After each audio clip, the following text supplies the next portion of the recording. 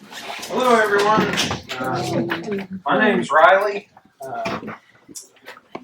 I am a counselor. I have to record myself, so that's going to be weird for me. I'm a counselor in Searcy, Arkansas. Specifically, I'm a licensed professional counselor. So if you ever see somebody who has LPC after their name, that's what that stands for. I'm also a supervisor, so that's what that stands for. And then LMFT is licensed marriage and family therapist. So I also do a lot of marriage and family therapy at the clinic that I work at. That's kind of my specialty. But what I'm really passionate about is, and what kind of defines my existence and my identity, is my faith. And so I love how counseling intersects with our faith and the things that you can learn when you sit with people who are broken and have had a lot of brokenness in their life or feel broken. And it's really, that's one of the things that I enjoy most about counseling is you get to sit with people in difficult spaces. And there's something really beautiful about that to me. But also, I don't know if you've noticed, but the world's kind of freaking out a little bit. There's a lot of mental health stuff going on. You guys see that a lot in your schools? A lot of mental health issues. My clinic, we specifically send counselors into schools. And so we contract with schools and we send counselors there. And a lot of the supervisees that I have are school-based supervisees.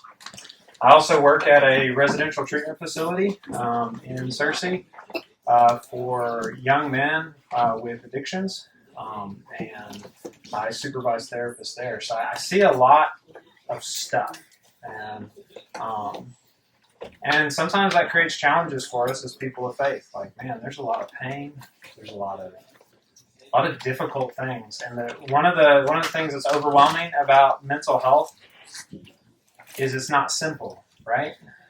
Like it usually feels pretty complex. And it feels like a struggle. So we have the struggle.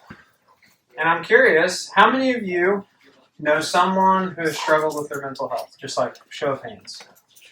Okay. All right. Yeah. That's a lot, the majority of us. How many of you know more than one person who's been struggling? Okay. Yeah. So it's not uncommon. So I want you to just kind of discuss with the person next to you, how do you help someone who's struggling with their mental health? Okay. Let's take a minute. I'm going to time us. Talk to each other. What's helpful? One. All right. So y'all talking. What's helpful? When somebody's struggling with their mental health, what's helpful? How do you help them? I think just kind of being there for them instead of trying to constantly give them solutions. Okay. So two things: being there and don't provide solutions. Okay. I mean, there's a logic there. I think that does that resonate with some people? Like, it's nice to not get advice when you're seeking comfort. Okay. Yeah. When it comes to more extreme mental health, shouldn't be scared to get help from a counselor, for example. Like, direct them towards that, or at least tell a counselor if they're dealing with it. Yeah. So if there's and when you say more extreme, what are you meaning by that? Probably like on the suicidal aspect of mental health. So if there's a safety concern, so in the mental health field, our three, especially with your population, kids under 18, usually what we're concerned about is suicidality, self-harm, desire to hurt someone else, or like running away. Those are usually the big safety concerns there. In the back. You can't just shove them. You can't just walk up to them and say, "Hey, your life's messed up. We gotta fix it." That's not going to get them going the right direction. Yeah, don't be too abrasive. Don't be like, "Hey, man, you are super jacked up. Like you need some help." So maybe be gracious and kind. What else? What else helps? Yeah. Check in with them on a daily basis. Show them that someone cares about them and that someone's there for them.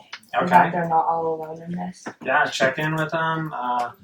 see how they're doing, make sure that they know that you're there. What else? Charlie? Basic time investment. If you like, this is assuming you're already using other processes, which have already been discussed. Some form of like, if you're checking in for like 10 minutes, they're probably not going to feel like it's as much as an impact as if you checked in for an hour, even if the same ideas are communicated in each. Yeah. Okay, so it does take a little bit of a time commitment. You can't just kind of, hey, you okay? Oh, okay, you're good. Sweet. Talk to you next week. To caveat off of, don't just say, hey, you're messed up. You also can't really deny to them, say you're fine, because if they're not fine, then they still need help. Yeah, so like kind of speaking to the mentality of like, you'll be all right. Yeah. You'll get through it. Keep your chin up. Okay. To keep that check on, it's just like, you can't tell somebody they're fine. If they're telling you they're not doing okay, like, even if it's a joke, you can still, like, if they're joking about that, they're still thinking about it. You gotta still maybe be more serious, check in about that. Yeah. Like, what's making you think that? Yeah. So take it seriously. Don't immediately discount those kinds of things. One thing that I'll often say as a counselor is, especially like in family therapy, like I hear a lot of stuff, and people will present different, like they'll bring a conflict in, and they'll present different sides, and I'll often tell people, hey, I'm going to believe that you believe what you're telling me is true.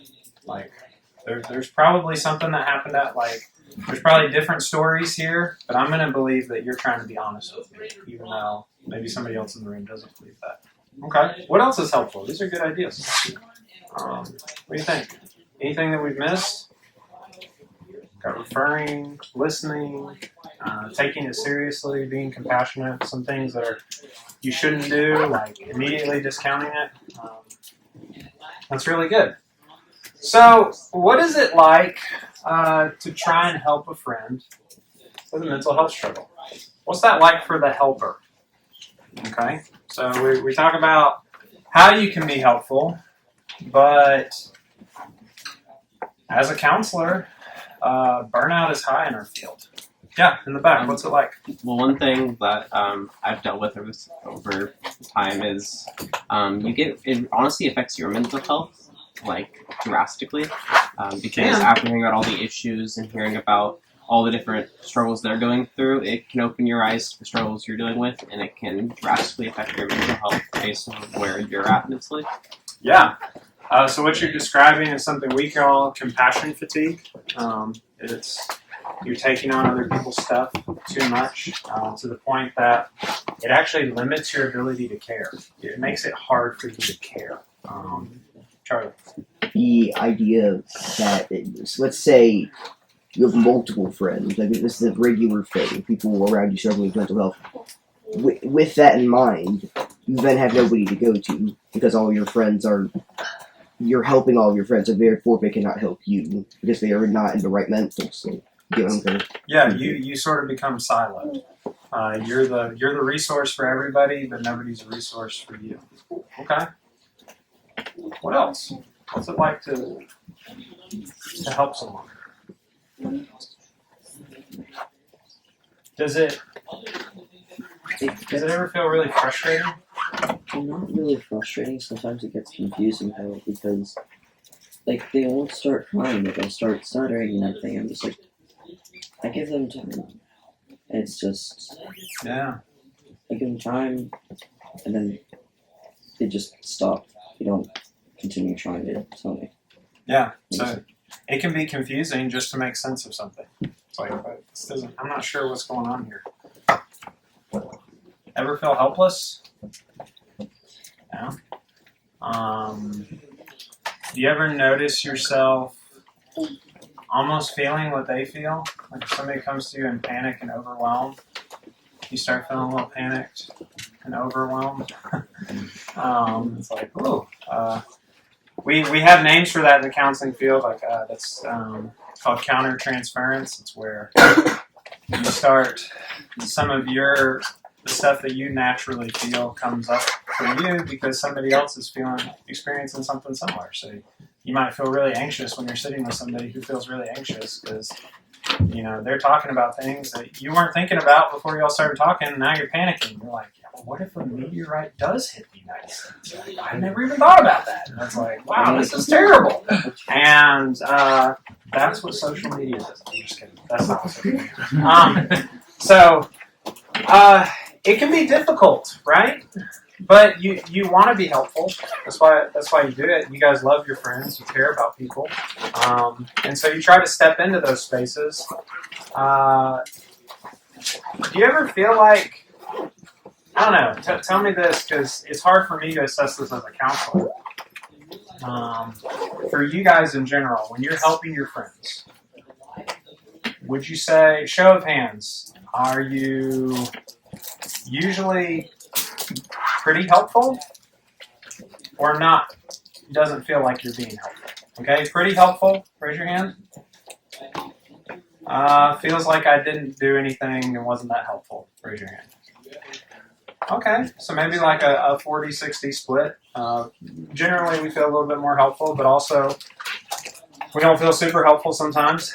We probably all felt one of both, right? Like this was a helpful thing. This wasn't so helpful. Okay.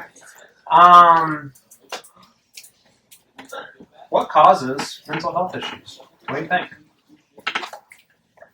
Why are we in such a difficult time? Yeah. Sometimes you get suicidal thoughts. Yeah? So what causes that? Like, it's like in the form like passes. Okay, so like a significant event, like maybe some grief. Yeah, in the back. Traumatic responses from traumatic events. Okay, a traumatic event occurs. Yeah. Doubt. Doubt. Okay. Yeah. A traumatic foundation of one's mind, if that makes sense. Okay, so like, if I understand what you're saying, Charlie, maybe some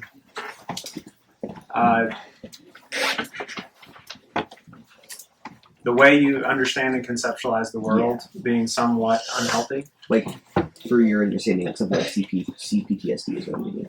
Okay. Yeah, so CPTSD is complex post-traumatic stress disorder. What it means is that there's a lot of trauma that has occurred. Trauma impacts how you see the world. So, like, a very easy thing that we can understand is after World War I, when people came back from World War I, they experienced something called shell shock. And it changed how they kind of see the world. They would have symptoms of what we now know as PTSD. But there were things that were really triggering, stuff that occurred that reminded them of what happened in the war that made them kind of relive those experiences. In the back. Friends. Friends, okay. If you change your friend group and it's not a friend group that has a good influence on you, it can change your life. Yeah, for sure. Lack of a social life. Okay, yeah, loneliness. Addiction. A home life. If you have a tough home life, it can affect your mental health really badly. Yeah. Like stress or worry. Stress, worry. A chemical imbalance in your brain can also just be genetic. Yeah, so there are genetic links. And that goes into a conversation that you may have heard this called nature versus nurture. It's really, in the field of social sciences, it's really hard to identify cause and effect because you have biological factors and then you have external factors. And then you have things that don't work like they should. Like somebody who has a terrible home life, goes off and fights in the Gulf War, sees horrible things, and is totally fine when they come home. It's like, how did that work? And then somebody who we think, this is not, there's been some trauma in your life, but there's a completely different response. And it's really hard for us to mesh out, like, what's the cause there? Okay, somebody else was raising their hand. Yeah. Social media. Social media, okay. What else? Anything we missed? Okay. There can be a lot of causes, right? And that's part of the problem, is because when you get one of the reasons why helping people who really struggle with their mental health, it can be frustrating, is because it almost feels like whack-a-mole. Like, that'll fix it. Oh, that wasn't it. That'll fix it. No. Okay, well, we'll do this. No. And it just like continues to perpetuate. And so you see these cycles. In our field, we call them feedback loops, where it doesn't seem to matter what you do, symptoms persist. The problem seems to persist. The problem seems actually somewhat resilient to change. We're like, well, we're trying to be supportive, but the more I pour into this person, it doesn't seem to be helping. Like, it seems to help in the next 24 hours. We haven't had like a big shift here. So there's a component here that we're learning and have known for a while, but it's really important to kind of focus on, is our relational health. Mental health tracks really well with relational health. Not perfectly, but generally, our mental health symptoms make a lot more sense in the context of relationships. So if somebody just sits down with me when I do an intake and I have a new client, and they sit down with me and they say, I have depression, I have anxiety, and they start listing off symptoms, I'm thinking, we need to make sense of this. And then I go to, what's it like with your mom? What's it like with your dad? What's it like with your husband or your wife or your children? And I'm looking at these primary relationships, saying like, okay, what's the function of the symptoms there? And if you think about it, one of the things that makes mental health super complex is it's not as straightforward as physical issues. How many of you guys remember COVID? Right? Okay, so when somebody had a cough during COVID, what did we do? Run. We ran. Yeah. But oftentimes, you have to go and somebody would stick something up your nose and run through a test tube and all that kind of stuff. And then you found out what? If you had COVID or not. Okay? You cannot do that with mental health. There is no test, there's no scientific test we can do that will tell you if you have depression or not. That tells you have PTSD or not. It doesn't work like that. Some people have it, some people don't. And so that's a break in the genetic, like predisposition. We say, oh, my dad was depressed, but I'm not. But like, cancer runs on my mom's side of the family, and that's a stronger likelihood. We've had a lot of people who have had cancer, and mental health just doesn't follow those things as closely, which makes it really hard. And then we find out a lot of our symptoms are related to our relational health, and that's where there's a strong correlation. There's terms and research about this, like relational regulation theory and stress buffering. It's how does our relationships impact how we feel. And what's really interesting about this, and this is something that kind of, I'm going to open this door, it feels really warm to me. With relational regulation theory, you can provide somebody with really good support and it not help them at all. Okay? What matters is how does the person view their relationships? So if they feel like they have a lot of support, they'll have less stress. But if they do not feel supported, it doesn't matter how much support you give them. And you say, okay, well, how do we make somebody feel supported? And you guys all said the right things. But it's generally consistency and showing up and being dependable. being super consistent, always there, always listening, always present. Wait, are we describing something else? Okay. Like there seems to be omni component here, right? All right, so we see, when I say omni, have you heard the word omniscient, omnipotent, Everything. omnipresent? Yeah, and so when we have relationships that we believe fit in those categories, it can actually really positively impact us. Maybe that's a design thing. So I want you to hear this. You can help someone all day long, but it may not actually be helpful. It's how they perceive it. It's how they view that. And so the really bad thing or difficult thing about mental health is you guys have so much less power than you would want to have when helping someone. But we do have really good examples of people being helped in really prolific ways, profound ways. So if you would go to Genesis 16, Genesis chapter 16.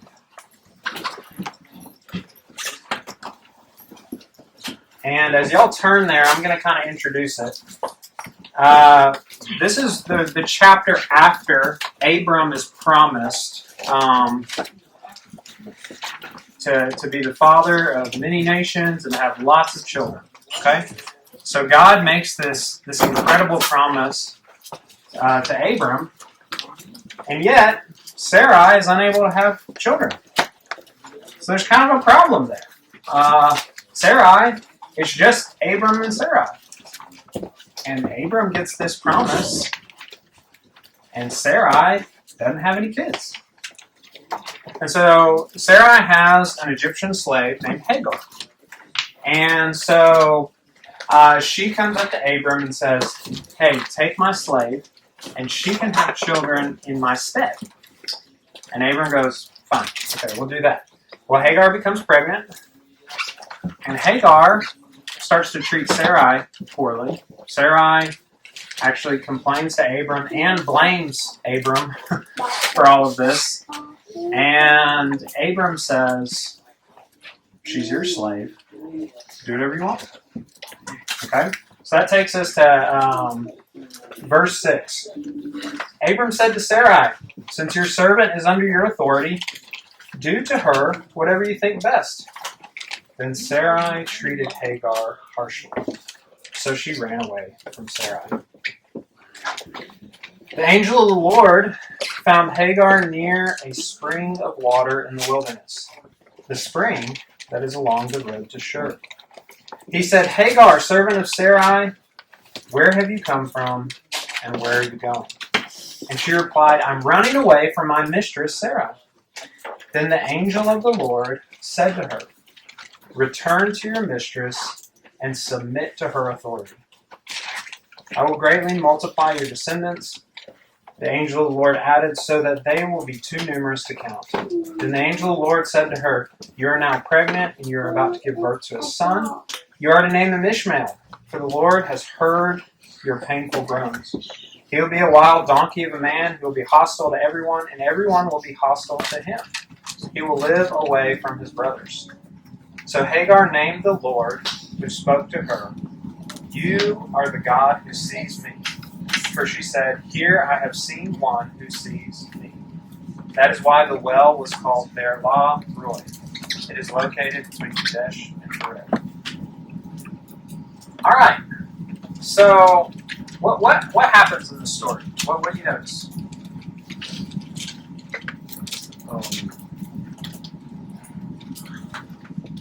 What happens is Sarai is mad at Hagar for just Sarai's own choice. Yeah. And then God sees Hagar's problems and just is there and helps her. Yeah. Okay. Transition. So we're going to dive. I want y'all to think about this in a little bit different way. So I want to introduce a concept to you. Problem versus symptom. What's the difference between a problem versus a symptom?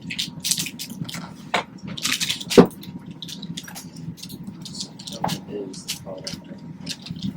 Okay, a symptom is the product of the problem. Okay, so this is a helpful way of understanding the difference between mental health and physical health. If you have a cough and you get tested and you have COVID, that's, you know what the problem is because of the symptom, right? If you're really sad and somebody says, well, okay, why are you sad? A lot of times, like, I'm sad. Like, I just feel like that's what depression is. You feel sad all the time. You don't really know why. And it's like, okay, well, what's the problem? Well, the problem is I'm sad. Oh, well, now the problem has become the symptom. And that's difficult because we want to be helpful, but we need to know what the problem is. So if you're going to treat, if you just treat symptoms, like if you have COVID or you have the flu, and I'm like, I know what will help you. Your forehead is really hot. Let's put a cool rag on it. You'll be fine. Like, no. Like, I need something else. Like, give me some Tamiflu. Give me a steroid shot or something. Like, I need. It's like, but you're hot, so we're gonna cool you down. Then you'll be okay. It's like, well, that doesn't work. If you treat symptoms, you're not addressing the problems. And that's what happens a lot of times when we try to help people who are struggling with mental health. We're treating symptoms. We're not treating problems. But that's what we want to do. So, what is the problem for Hagar? Or maybe what are some symptoms we see? Hagar's running away. She's upset. She might feel scared. What's the problem? What do you think?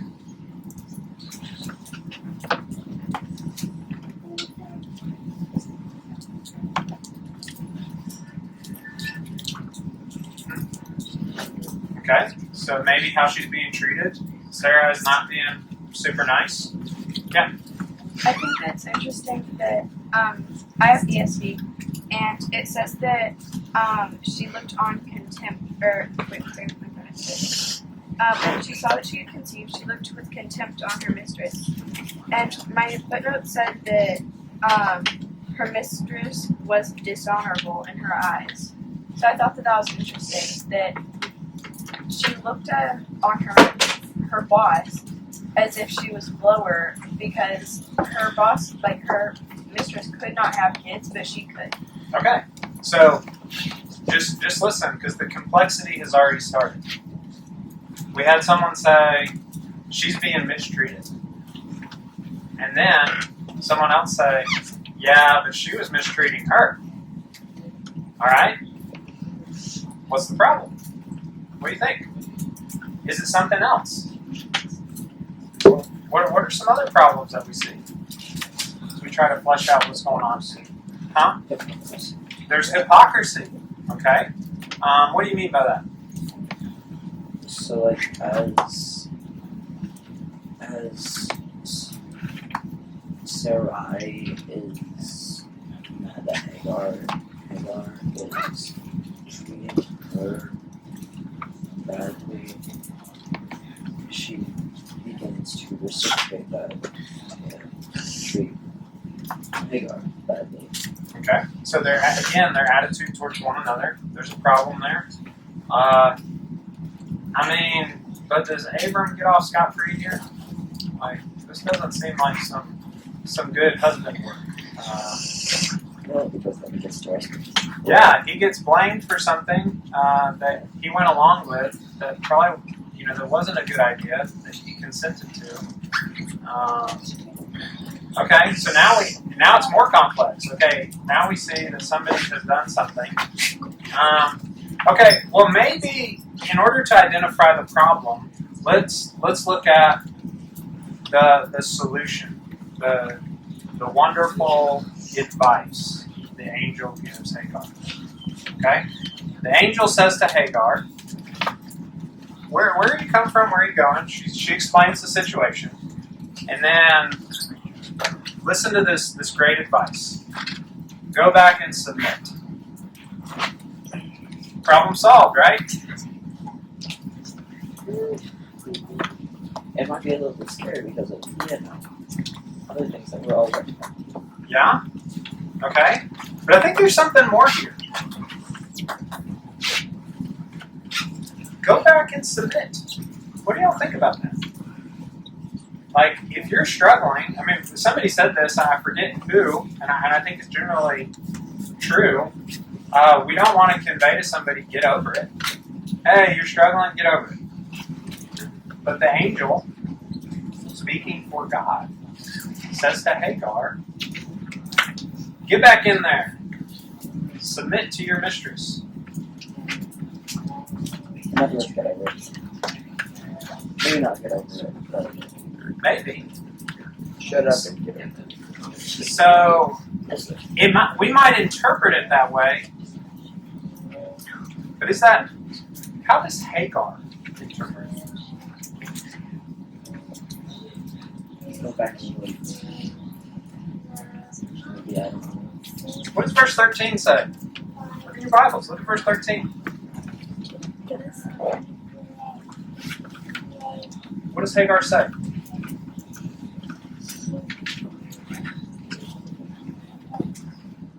Anybody got it? What does it say? Somebody read it. Yeah, read it. She gave this name to the Lord who spoke to her, for you are the God who sees me. For she said, I have now seen the one who sees me. Okay. So, what did Hagar get out of this experience with the angel? Their own God. Huh? Their own God. Okay, but there's more there. There's some language that she uses. What does Hagar get out of this? She was seen. Okay? Any of y'all ever felt seen? I mean, like, I see you now. But, like, Oh yeah, big one. anybody ever felt like, oh, man, they get it? Does that feel good? Yeah. It's kind of profound when it happens, right? And so Hagar, interestingly, she names God. She's an Egyptian, but she names God. You are the God who sees me. That feels profound. And notice this, there's no tips and tricks on, hey, Hagar, here's a 3-step plan on how to deal with an oppressive mistress. You need to do X, Y, and Z. Here are some good coping skills. Here's, practice some deep breathing, do some regulation here. There's none of that. But Hagar feels seen. So,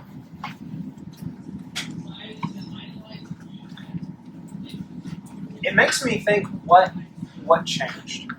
Okay, Hagar has fled her home. She goes into the wilderness, and she's ready to run away. She has one encounter with God, and she goes back to the same situation and endures it for years. We have nothing in the text says that Sarai did anything different. Nothing in the text says that Abram was anything different. All we know is Hagar goes back, and she's able to endure it now. So here's what changed. Hagar changed. You said, well, how? She was sinning. She was hurt. Isn't that interesting? She was very just spoke to. She was heard, not just somebody could could articulate back to her what was going on. Yeah, Hagar, I get it. You're running away. I know what's going on. She was heard. And this is the good news. Present all the way in Genesis 16 is that the God of the universe sees you, wants a relationship with you. You read Romans 8, knows what you're saying. When you don't really know how to say it, think about being heard. When you can just say, like, God, I know you know. I don't know how to say it. Anybody ever had a hard time saying how they feel, articulating it? But the Spirit intercedes. Words too deep for groans. And so, when we think of victory in this context, a victorious perspective when it comes to mental health, I want you guys to think of it like this. Your mental health, we often view it as the problem, but really it's a symptom. And it's a symptom of relational health. And what I've experienced, and this is experiential, it's anecdotal, but what I've experienced as a counselor is that most of the time, not all the time, what people really need, and one of the reasons why counseling is so popular, is that they need to know someone's going to sit with them through this experience. And we call that a relational intervention. There's a whole theory of counseling devoted to it. If you ever hear the term person-centered or Rogerian, Carl Rogers, that's his whole theory. It's super popular right now. But what this means is that depression, like when you're not feeling right, your North Star should not be, how do I decrease depression? Because that creates the feedback loop. The symptom is the problem is the symptom. The North Star is to say, this is a symptom of something else. And at y'all's age, it's definitely relational. Because you guys have the least power in your household. Kids don't have a lot of power. So when we're feeling down, when we're feeling overwhelmed, we have a resource who's always there, always listening. And that's one thing. A lot of times when we pray, we're thinking, God, I want you to do things. But do you know the most powerful intervention a counselor provides? Active listening. Conveying that I've heard you and that I can sit with you. It's incredible. It's life-changing sometimes. Hagar was seen and she was heard. And so are we. And to make this broader, this is the job of the church, is to see and hear one another.